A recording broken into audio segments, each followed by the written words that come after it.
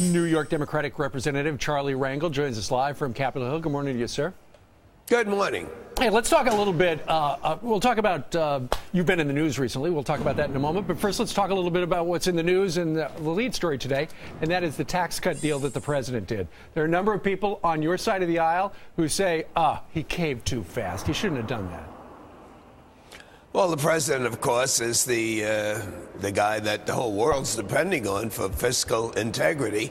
And based on what he said earlier before he cut this deal, decreasing the taxes for the billionaires in this country would be such a costly $700 billion event that it would do severe damage to our deficit, which, of course, we're all concerned with.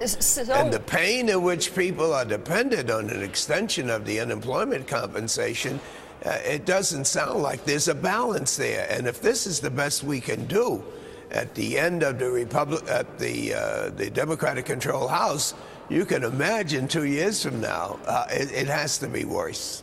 But Congressman, what should the president have done? If you think that he should have stuck to his guns, then the tax cuts would have expired for everybody January 1st, and the unemployed wouldn't have had an extension of benefits. So what should he have done?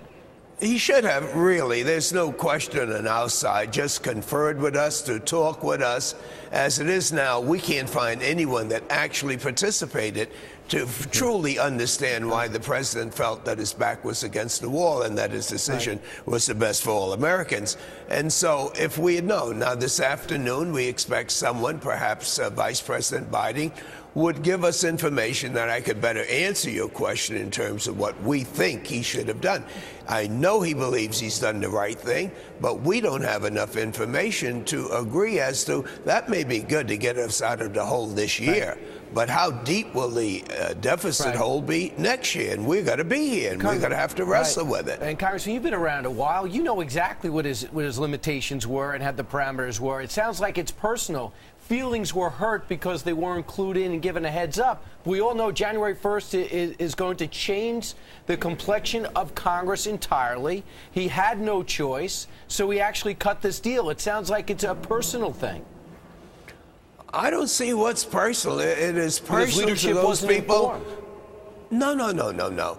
If he had good reasons, then we have to make certain that we understand them, because we have to sell this. So those people that are not going to get a check unless we move, they don't care about anything, and they should not, because it's their families that won't be able to put food on the table. So what we're saying is we need reasons why we're going to go into trillions of dollars in debt. There's no comparisons in terms of the compromise. This tax cut and estate tax, this tax cut for the billionaires is going to cost trillions of dollars in the long run. Are you a billionaire if you make $250,000? We're not talking about that. We're talking about over that. We're talking about the estate tax. We're talking about the actual loss of revenue, not the individuals. And you have to realize that those people over $250,000 are still going to receive a tax cut under the president's program if indeed we did not remove the cap. So what I'm saying is that we're talking dollars and cents, not personality.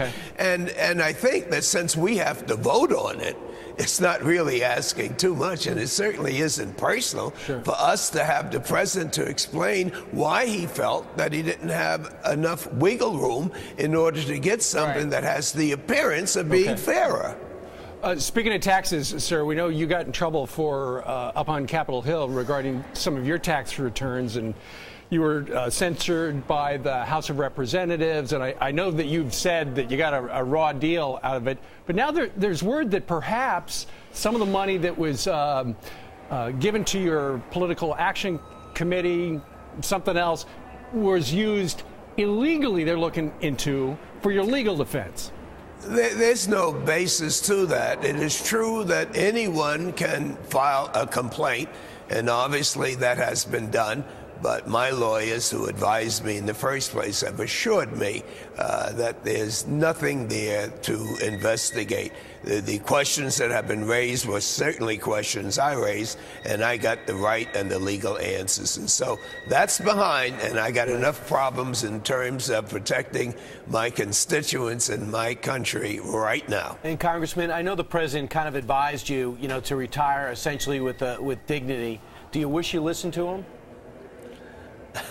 I don't know whether we can actually say that the president went that far.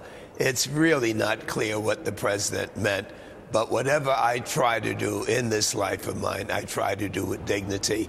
And I really don't need, and it doesn't help, to get advice from others. I've lived my life. I intend to continue to live it and try to improve the quality of life of everybody. And of course, I would want to do that with dignity.